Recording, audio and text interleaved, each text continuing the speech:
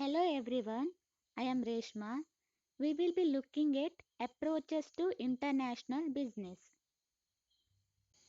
There are four approaches to international business: ethnocentric approach, polycentric approach, regiocentric approach, and geocentric approach.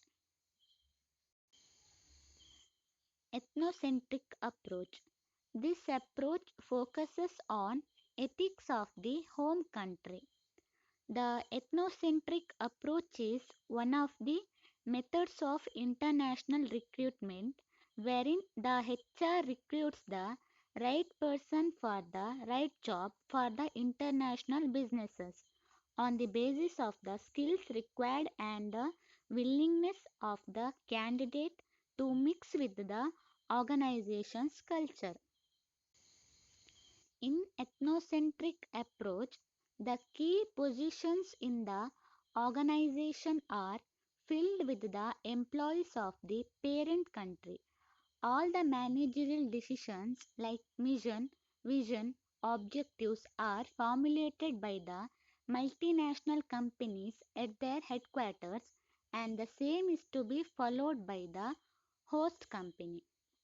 It is based on the rationale that the staff of the parent country is best over the others, and also they can better represent the interest of the headquarters. The foreign activities are conducted mainly to distribute surplus. We'll see the advantages of ethnocentric approach. Better coordination between the host and the parent company. The culture of the parent company can be easily transferred to the subsidiary company, thereby infusing beliefs and practices into the foreign country. Effective control over the subsidiary.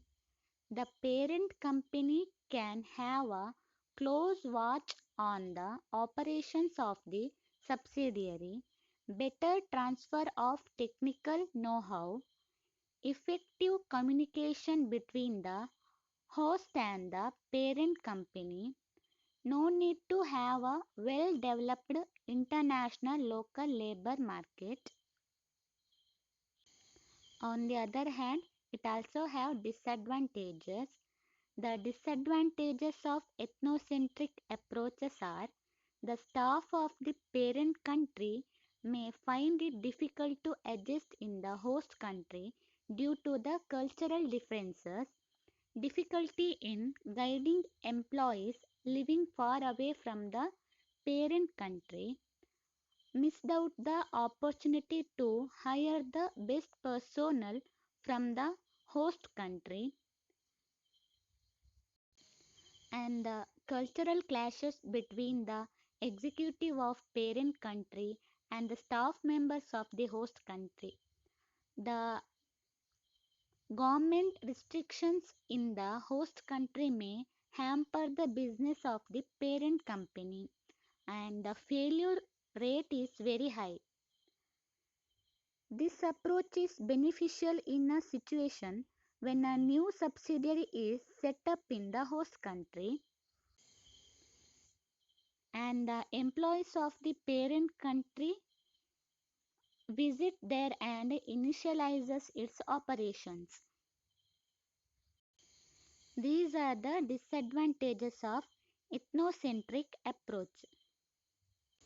The next one is polycentric approach. This approach focuses on the policies and procedures. Main emphasis on marketing mix. Marketing mix, there are four P's. They are product, place, price and promotion. The polycentric approach is the international recruitment method wherein the HR recruits the personnel for the international businesses. In polycentric approach, the nationals of the host country are recruited for the managerial positions to carry out the operations of the subsidiary company. The rationale behind this approach is that the locals of the host country know their culture better and can run the business more effectively as compared to their foreign counterparts. Advantages of polycentric approach. The difficulty in the adjustment of expertise from the parent country gets eliminated. The hiring of locals or the nationals of the host country is comparatively less expensive. The morale of the local staff increases, better productivity due to better knowledge about the host market, the career opportunities for the nationals of the host country increases, and better government support and chances of success are high.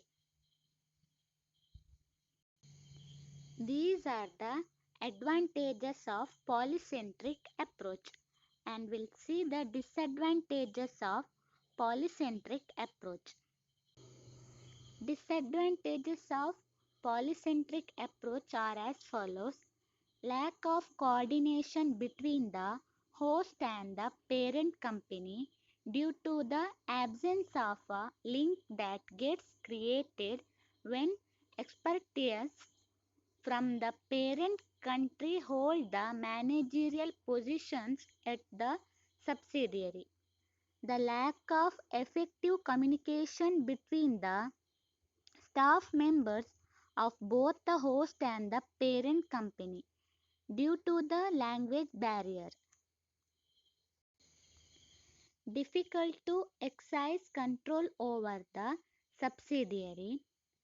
Lack of knowledge about the market conditions of the host country. The conflict may arise between the managers of both the host and the parent company due to the different thinking processes. In this approach, the negatives of the host country are chosen to run the operations of the subsidiary and are given the authority to formulate strategies for the business, keeping the mission and vision of the subsidiary company in mind, whereas the parent country nationals hold key positions at the corporate headquarters and the operations of the subsidiary from the home office. These are the disadvantages of polycentric approach. And next we'll see geocentric approach. The third approach is regiocentric approach. This approach is applicable when catering to different regions or markets. The regiocentric approach is an international recruitment method wherein the managers are selected from different countries lying within the geographic region of business. Each region has a special or distinctive feature. In other words, the managers are selected from within the region of the world that closely resembles the host country. We will see the advantages of regiocentric approach. First is culture fit, that is, the managers from the same region as that of the host country may not encounter any problem with respect to the culture and the language followed there. Less cost is incurred in hiring the natives of the host country. The managers work well in all the neighboring countries within the geographic region of the business, and the nationals of host country can better influence the decisions of managers at headquarters with respect to the entire region. These are the advantages of regiocentric approach, and disadvantages of regiocentric approach. The managers in different regions may not understand the viewpoint of the managers employed at the headquarters. There could be a communication barrier because of different languages. The manager selected from a particular region may lack the international experience, and it may lead to the confusion between the regional objectives and the global objectives.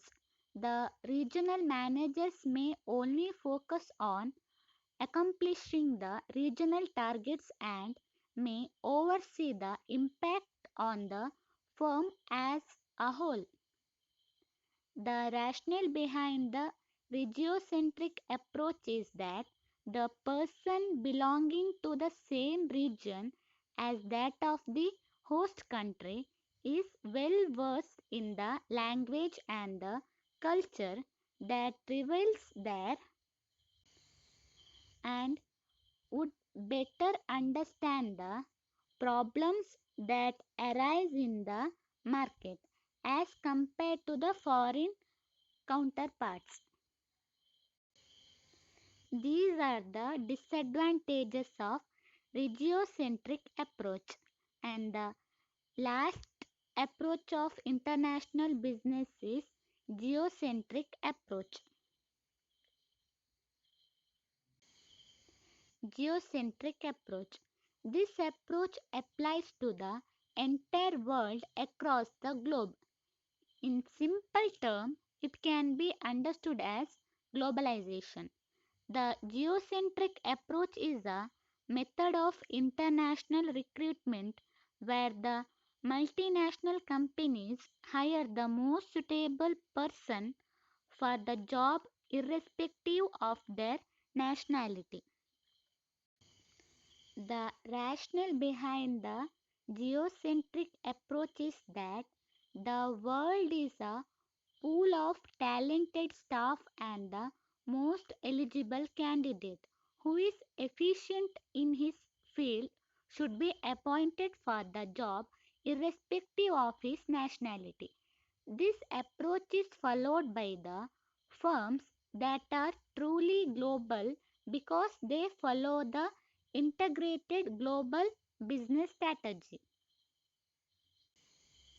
We'll see the advantages of geocentric approach. And the advantages of geocentric approach: MNCs or multinational companies can develop a pool of senior executives with international experiences and contacts across the borders, and the expertise of each manager can be used for the accomplishment of multinational companies' objectives as a whole. Reduction in resentment, that is, the sense of unfair treatment reduces, and shared learning, the employees will learn from each other's experiences. These are the advantages of geocentric approaches, and disadvantages of geocentric approach. The cost of training, compensation, and relocation of an employee is too high. Highly centralized control of staffing is required, and proper scrutiny is required by the HR to select the most suitable person for the job. which could be time consuming. This approach is very costly since the recruitment agencies or the consultants are to be hired for the global search for eligible candidates.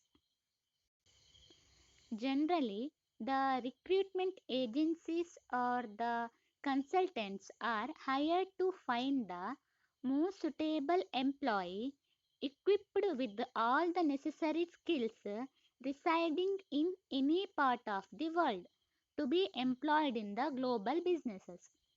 In addition to this, MNCs can make use of their internal source of recruitment by maintaining a track record of its employees and scrutinize these to find the most suitable candidate for the global posting. These are the disadvantages of geocentric approach. Thank you all.